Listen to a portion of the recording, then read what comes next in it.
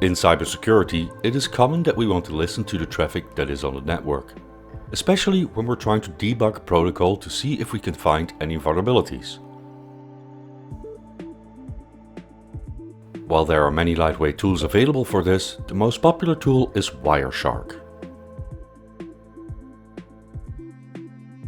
In this video, we will go over what Wireshark is, its use cases, how to use Wireshark to set both capture and display filtering, and what the user interface shows us. By the end of this video, you will have a good grasp on how to use Wireshark. Wireshark is a packet capture tool that allows us to easily look through the packets that are sent in a local network or on your own system.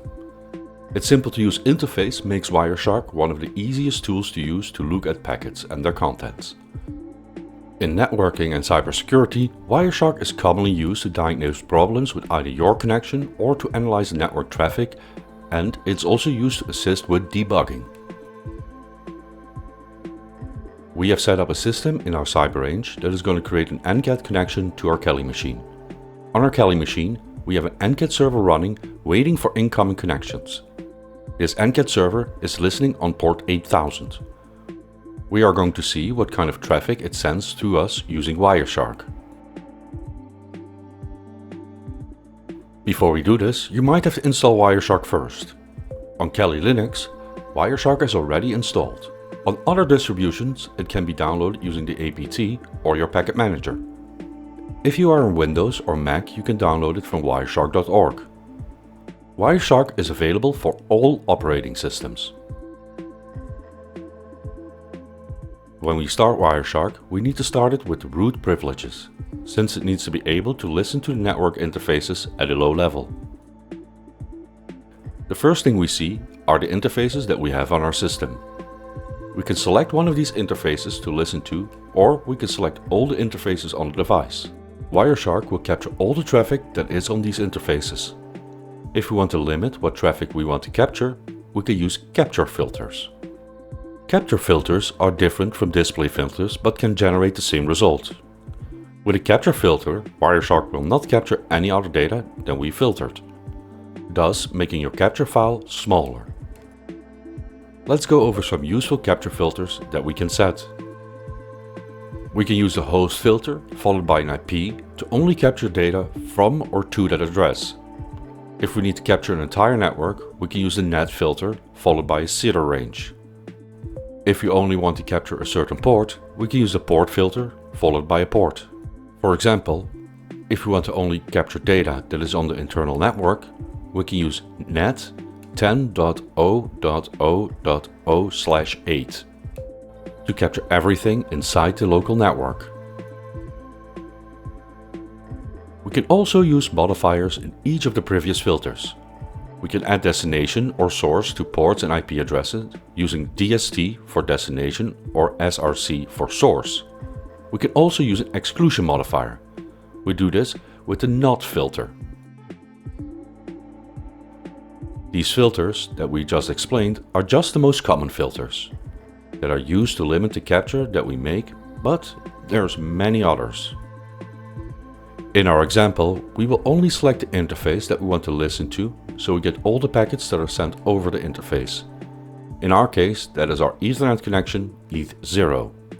It is very common that the interface might be named differently. Once we have selected our interface, we get to the main menu of Wireshark. We might have to press the little blue shark fin icon in the top left to start our capture. If we select the correct interface, we will see a lot of lines of text come in. These are the packets that are being sent over the network to the interface we have selected. The GUI seems very daunting at first, but I will walk you through it and show you how to use its basic functions. The GUI is separated in several parts. Below the main toolbar, we can see the filter toolbar. This is a field where we can set our filters by typing them out. Below the filter toolbar, we can see the packet list pane. This displays a summary of each packet captured. Each line is a packet captured by Wireshark. By default, this pane has several columns. The number column is the number of packets that we have captured. So the first packet we captured has number 1 and the second has number 2 and on and on. The second column is the timestamp of the packet. This shows the exact time the packet has been captured since the capture has started.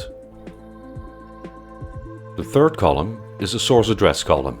This shows where the packet is coming from. This can be an IP or a hostname. The fourth column is the destination column. It's similar to the source address column, but this, however, is the destination of the packet. The next column is the protocol column. This will show the protocol that is being used. It's possible that this protocol is not recognized by Wireshark. If it isn't a known protocol, then Wireshark will show TCP or UDP instead of the protocol name or an abbreviated protocol name. The last column is the info column. This column shows us information about what the packet contains. To get more detailed information about the packet, we can look at the section below the packet list pane. On the left side, we can see the packet details pane. This shows us the details of the packet. On the right side, we can see the packet bytes pane. This shows us the content of the packet in hex format. This is the basic layout. Later in the video, we will go into more details while we will look at the packets that we want to analyze.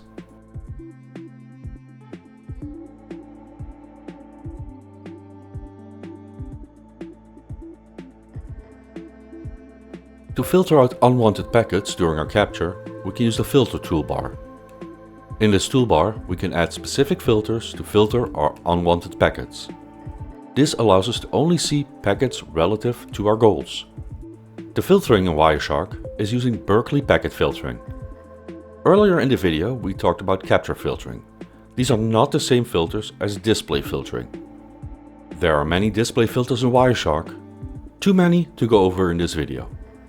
We recommend to go to the following address to read more about which filters are available. A simple filter would be ip.error equals 10.1.1.1.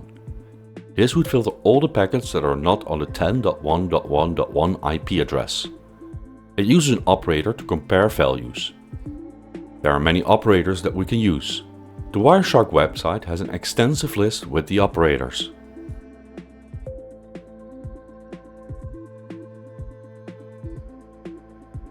To make filtering even easier, we can use a special filter creator that is in Wireshark by going to the Analyze menu and there selecting Display Filter Expression. This brings up a menu that allows us to quickly configure a filter without having to know the exact protocol that we want to use. Let's create a filter manually to listen to port 8000 on our machine. We can do this by typing the following line in the filter toolbar: tcp.port equals 8000, which means capture everything on TCP port 8000. When the connection gets initiated, we can see several packets incoming. These packets are the handshakes that occur while setting up a connection. We can see on the right side in the packets byte pane the bytes that are being sent. By clicking on either the bytes or one of the packet details in the packet details pane, we will highlight the other sections. This is especially useful when we're doing research into protocols. We just captured another packet. We can see based on the little graphic on the side that these packets are all part of the same connection. This packet is a message that has been sent. Let's look at what the packet contains in the data and if we can read the message. We can see that the packet contains data, but it's encoded. In the bytes pane, we can see that there's a message in there. By right-clicking on the data field and selecting Show Packet Bytes, we get a pop-up that contains the message we have received. We have shown you how to use Wireshark and how to read the data that is being sent by Wireshark. There are many more things that we can do with Wireshark, but this is out of the scope of this video. We hope you learned something. If you did, please press the subscribe button, the like button, and leave a comment if you have any questions. Thank you for watching and hack ethically.